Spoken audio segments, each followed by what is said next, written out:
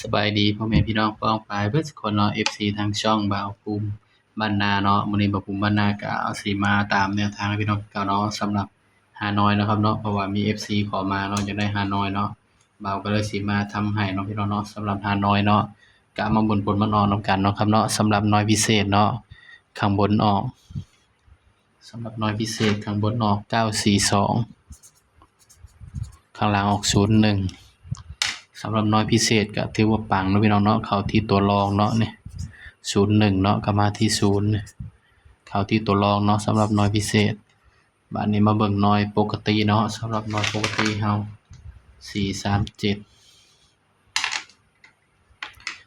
437พี่น้อง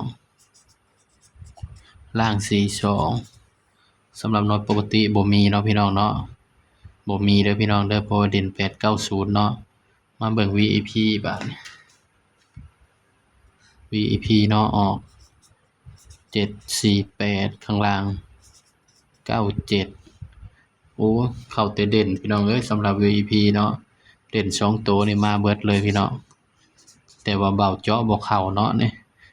81แต่ว่า1กับ7ก็ตัวเดียวกันเนาะพี่น้องเนาะถ้าไผเป็นคอหวยเนาะพี่น้องเนาะนี่ก็ถือว่าปังอยู่เนาะพี่น้องเนาะ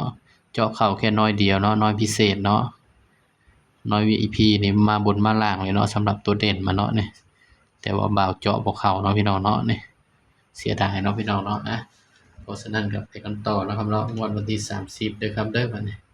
30ตุลาเนาะ30ธันวา68นะพี่น้องสำหรับฮานอยเฮาก็3น้อยคือเก่าเนาะเด่น3ตัวมา1ตัวเด้อพี่น้องเด้อ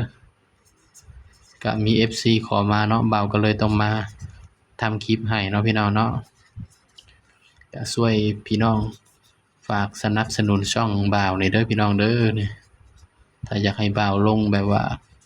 ประจำเนาะก็ช่วยสนับสนุนบ่าวเนาะพี่น้องเนาะนี่เพราะว่าอีกอย่างหนึ่งเนาะช่องบ่าวก็บ่มีรายได้ดอกพี่น้องแต่ว่าบ่าวก็อยากลงแนวทางให้พี่น้องเบิ่งเนาะพี่น้องเนาะ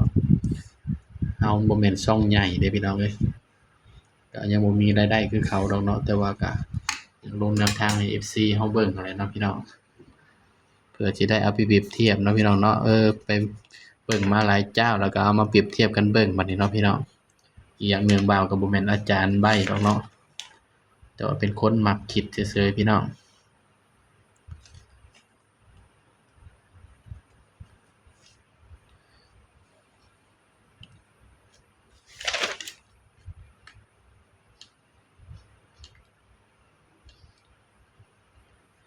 สำหรับเด่นเนาะเด่นเบอร์อื่นเนาะให้เด่นไปที่7เด่น7กับ8เด้อพี่น้องเด้อนี่สำหรับฮานอยเฮาเนาะให้เด่น7กับ8เนาะครับเนาะนี่ย้ำว่าตัวเลขก็เป็นเพียงแนวทางเด้อพี่น้องเด้อนี่มีเข้ามีหลุดเนาะเด่น7กับ8ก็มาจับคู่นำกันเนาะบัดนี้79 70 71 76 89 80 81 86สำหรับตัวเด่นเนาะให้เด่นไปที่7บ่าวให้เด่น7เด้อครับเด้อนี่สำหรับแนวทางเนาะนี่ให้เด่น7พี่น้อง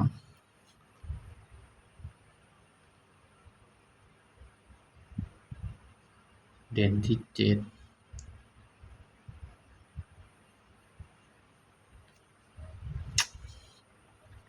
มาเบิ่งสูตร3ตัวนำกันเนาะครับเนาะบัดนี้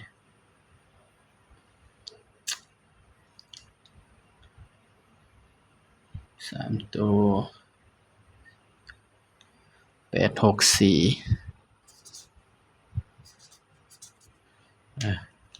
นี่ก็เป็นเพียงแนวทางเนาะครับเนาะนี่ใครชื่นชอบแนวทางบ่าวภูมิก็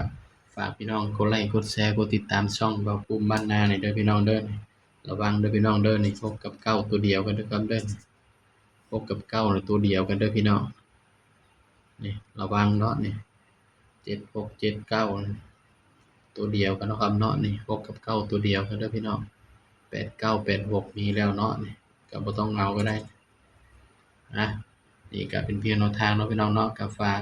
พี่น้องกดไลค์กดแชร์กดติดตามช่องบ่าวภูมิบ้านนานี่เด้อพี่น้องเด้อสำหรับท้ายคลิปนี้เนาะ